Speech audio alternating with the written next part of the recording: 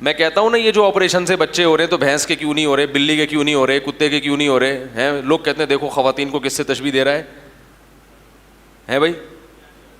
تو بھائی تشبیہ نہیں دے رہے, ہم یہ کہہ رہے ہیں نیچرل پروسیس ہے, یہ جانوروں میں بھی ہوتا ہے اور انسانوں میں بھی. اور جانور وٹامن کی گولیاں کھاتے ہیں جب ان کو پریگنینسی ہوتی ہے, یہی نیچرل خوراک جو ان کی روز مرہ ہے پریگنینسی کے بعد بھی بولتے کیوں نہیں بھائی یہی رہتی ہے. تو یہ انسان پہ کیوں کم بختی آئی ہوئی ہے؟ اس کا مطلب یہ انسان پہ آئی ہوئی نہیں ہے, یہ لائی گئی ہے دوائیں فروخت کروانے کے لیے.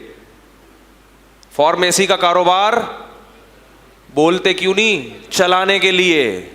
سمجھ رہے ہو؟ اتنے بیوقوف نہیں ہے جتنے ہمیں لوگ سمجھتے. لوگ کہتے ہیں ڈاکٹروں کی ٹانگ میں فیلڈ اڑا رہا ہے. میں ڈاکٹروں کی ٹانگ میں نہیں, میں ملٹی نیشنل کمپنیوں کے کاروبار میں ٹانگ اڑا رہا ہوں.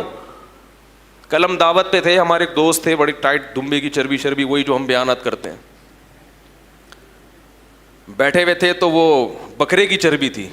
ہم نے تو چربی پھوڑی طبیعت سے,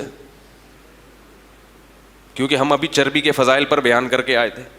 وہ ایوائڈ کر رہے تھے, وہ کہہ رہے تھے نہیں ایکچولی فیٹ ویٹ ٹوپی ڈرامہ.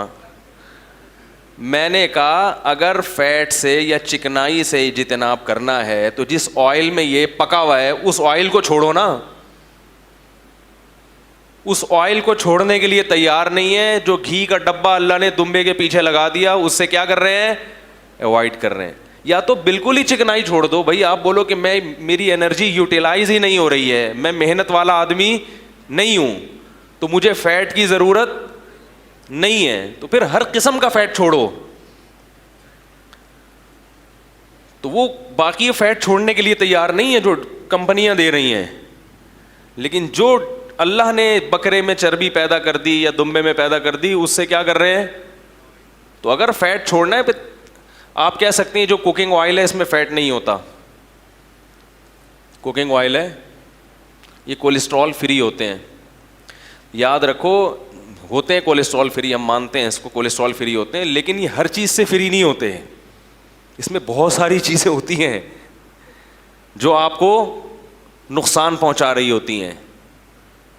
دل کی جو بیماریاں ہیں زیادہ تر اس کوکنگ آئل کی وجہ سے ہو رہی ہیں, کیونکہ دل کو طاقت کے لیے دیکھو پہلے ڈاکٹر کہتے تھے انڈا نہ کھاؤ, ہم نے خود سنا ہے دل کی بیماری پیدا ہوتی ہے انڈے کی زردی سے. اب کیا کہتے ہیں صبح ناشتے میں؟ بولو نا یار 2 انڈے کھاؤ. کیا خیال ہے؟ کیونکہ کولیسٹرول کی بھی تو ضرورت ہے نا. خیر پھر زیادہ پنگے بازی نہیں لوں گا ڈاکٹروں سے. میں ڈاکٹر سارے ایک جیسے ہوتے بھی نہیں ہیں, بہت سے ڈاکٹر میری تائید بھی کرتے ہیں. میں بھی جو اتوار کو جو بیان ہوا نا اس میں ایک ڈاکٹر بیٹھے, انہوں نے کہا بالکل صحیح کہہ رہے ہیں آپ, 100% غلط ہے, زیادہ پریشان ہونے کی ضرورت نہیں ہے, دل پہ نہ لے کے جائیں. اچھا خیر آ جاؤ.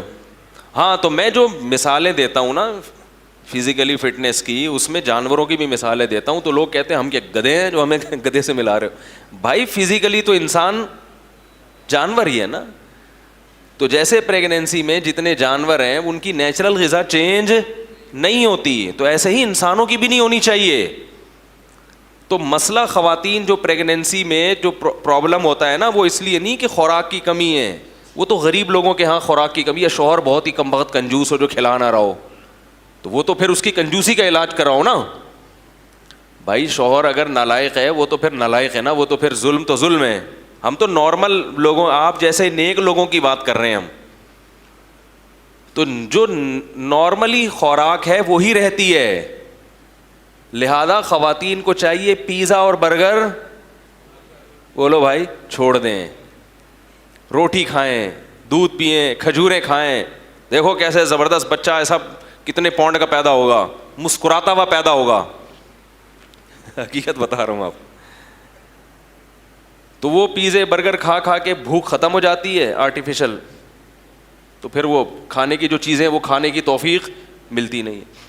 دوسری بات یہ کہ یہ بھی ہے کہ خوراک بڑھ جاتی ہے, اور یہ جانور کی بھی خوراک بڑھتی ہے, بھوک زیادہ لگتی ہے, لہذا وہ طلب اس کو, کیونکہ ظاہر ہے انرجی ٹھیک ٹھاک یوٹیلائز ہوتی ہے, آپ کی انرجی خرچ ہوتی ہے, تمیز سے خرچ ہوتی ہے.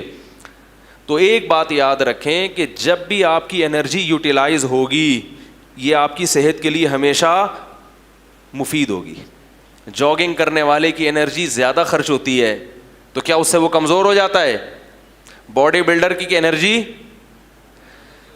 زیادہ خرچ ہوتی ہے تو کیا کمزور ہو جاتا ہے وہ؟ اسی طرح یہ جو ہر مہینے خون دیتے ہیں ہر مہینے یہ زیادہ فٹ رہتے ہیں حالانکہ ان کی انرجی ارے ان کی تو سارا خون ڈیزل کی طرح نکل رہا ہوتا ہے. انرجی سرو ہو رہی ہو کہیں یوٹیلائز ہو رہی ہو اور اس کی ریکوری نہ ہو رہی ہو پھر انسان کمزور ہوتا ہے.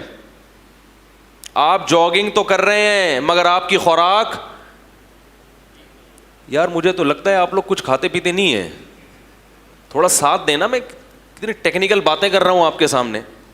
دیکھو ایک آدمی جاگنگ کرتا ہے ٹھیک ٹھاک تھک جاتا ہے پسینہ نکلتا ہے اس کی شوگر لیول ڈاؤن ہو جاتا ہے بہت کچھ ہوتا ہے. اگر وہ جو اس کو ابھی اس نے اس کی جو طاقت خرچ ہوئی ہے اس کو دودھ اور پراٹھوں کے ذریعے پراٹھے تو ایسے ہی مذاق کر رہا ہوں لیکن کوئی بھی چیز اچھی کھا کے اگر وہ کمی پوری نہیں ہوگی پھر کمزور ہوگا. لیکن اگر وہ کمی پوری ہو رہی ہے تو یہ دیر سے بڈھا ہوگا یہ زیادہ عرصے جوان رہے گا.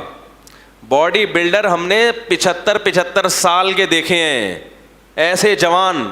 ادھر جم خانہ ہے سر سید تھانے کے ساتھ ہی جم خانہ ہے دیکھ لو کیسی جگہ بنایا انہوں نے. میں ایک دن وہاں ویسے ہی وزٹ کے لیے گیا تو ایک صاحب وہ ڈنڈ پیل رہے ہیں وہ طبیعت سے. میں نے کہا خیریت اتنا ویٹ اٹھا رہے ہیں. میں نے کہا آپ کی ایج کتنی ہے؟ انہوں نے کہا 75. میں نے کہا دیکھو مذاق مفتیوں سے مذاق بولو بھائی نہیں کیا جائے. اس نے کہا شناختی کارڈ دکھا دوں؟ واقعی 75.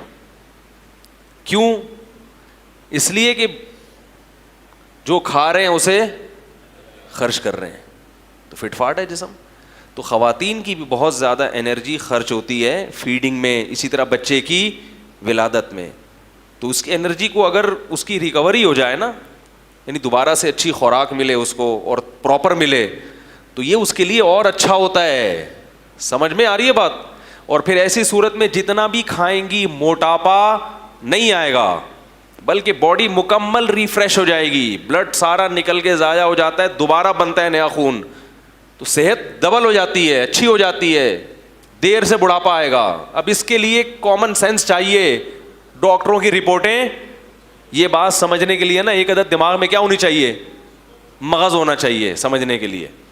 تو پھر یہ باتیں سمجھ میں آئیں گی ورنہ پھر وہی کولو کے بیل کی طرح چلتے رہو جہاں معاشرہ جا رہا ہے. بیڑا غرق کر دیا آج کل فیملی پلاننگ والوں نے. خواتین کی صحت کا حال دیکھو 2 بچے چاہیے 3 بچوں روکنے کے لیے جو وقفے کے طریقے ہیں وہ کس قدر زہریلے طریقے ہیں.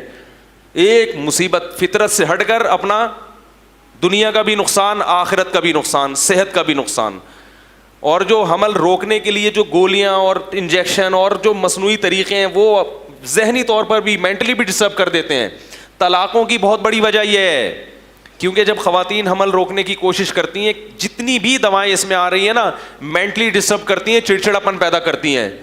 جب چڑچڑاپن ہوگا تو میاں کی بات کا تمیز سے جواب.